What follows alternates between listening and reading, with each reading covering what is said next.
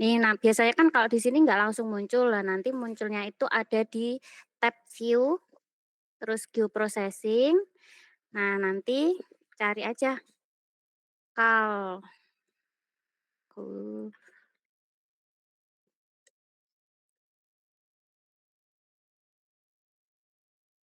nah ini raster kalkulator. Dipilih, terus karena mau cari selisihnya jadinya dari DSM dikurangi, ini double klik ya, untuk nge-input ke kotak sini tuh double klik, DSM kurangi DTM. Nah, seperti ini. Terus outputnya dipilih mau disimpan di mana. Kalau saran aku sih nggak usah terlalu ke dalam foldernya, misalkan nih di list PC, kemudian HDGSN, nah terus, penamaannya itu jangan panjang-panjang, misalkan singkatan aja, karena ini selisih atau si mencari tinggi bangunannya, jadi ND underscore aku biasanya pakai kode karena ini desanya Desa Tambi, jadi aku ngetiknya TA gitu aja. Terus oke,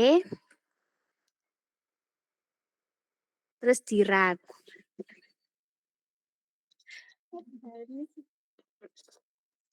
Nah, ini tunggu dulu.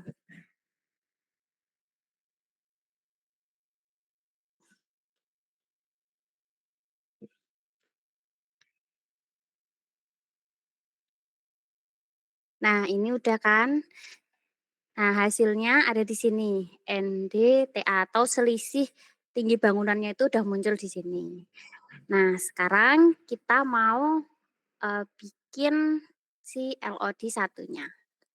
Caranya masih sama, di geoprocessing. Oh ya, biar kelihatan ya nanti perubahannya, kita tampilin dulu atribut tabel dari hasil digitasinya. Nah, seperti ini. Karena kan ini, sebelumnya udah didigitasi, sorry udah diproses LOD-nya. Nah, ini tak hapus dulu ya.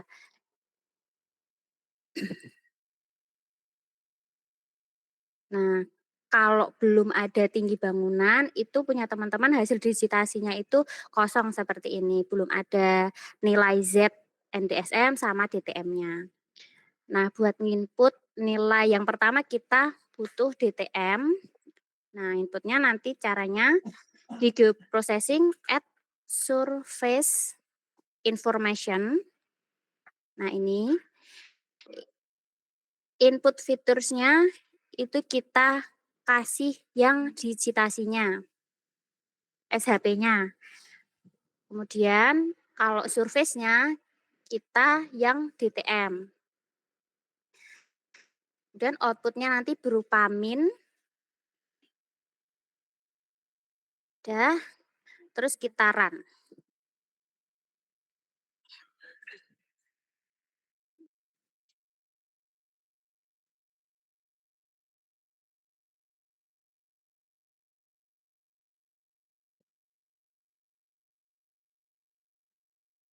Nah, udah ya. Nah, ini muncul nih di sini.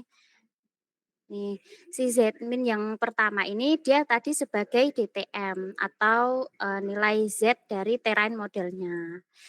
Kemudian dari Z-min ini karena belum ada kan kolom sebagai ZDTM, jadi kita tambah manual. Kita add, kemudian kita ketik di sini ZDTM, data type-nya pakai yang double.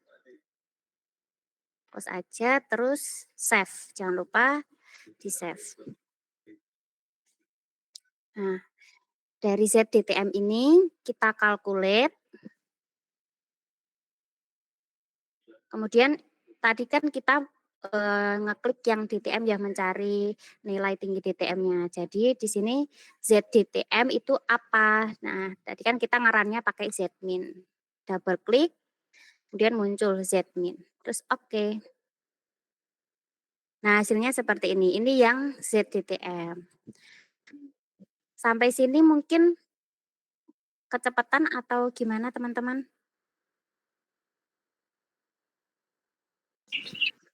Aman Mbak Anggun. Aman, Mbak. Oh ya, oke lanjut ya. Oke. Nah ini kan yang ZTTM, kemudian untuk mencari tinggi bangunannya nih, masih sama, jadi kita tinggal ngubah yang input surface-nya. Tadi kan kita udah mencari selisih DSM sama DTM. Nah kita pilih aja langsung yang NDTA ini atau selisihnya tadi. Terus tinggal di run.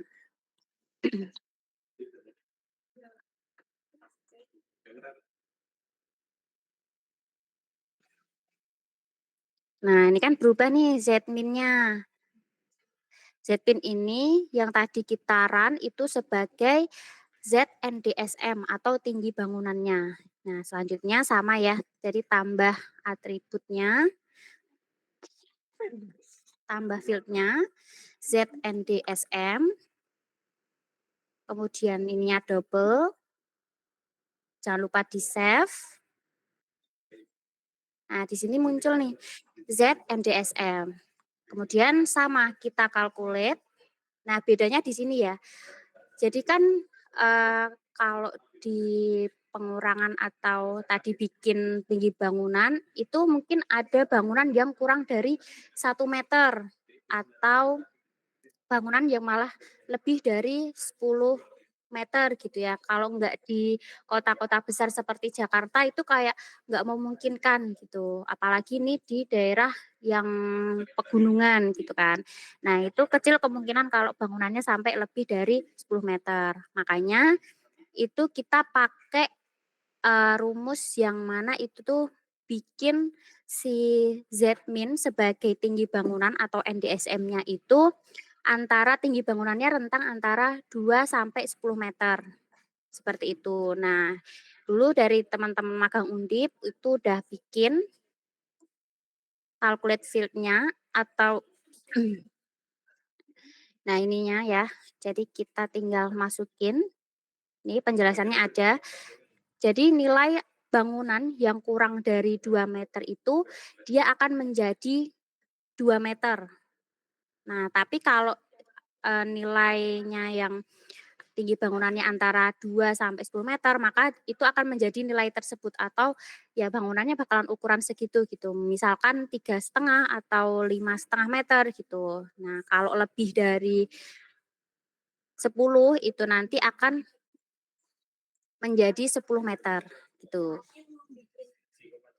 Kita lihat aja. Nah, kalau udah oke, nah ini, misalkan ini ada bangunan yang ternyata dia itu 17 meter. Nah, dia akan otomatis menjadi 10 meter, seperti itu. Nah, ini ada yang 0,8 meter, itu akan jadi 2 meter, seperti itu.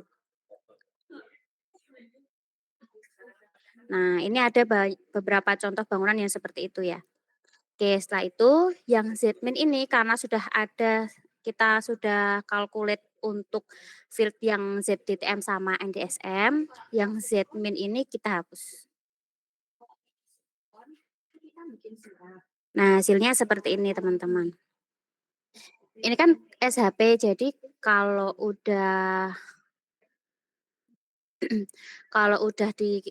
diganti di sininya itu enggak perlu di-save atau kalau teman-teman kurang yakin bisa diekspor. Iya, ini untuk yang membuat LOD satunya. Jadi udah selesai nih, sekarang kita ekspor menjadi GeoJSON.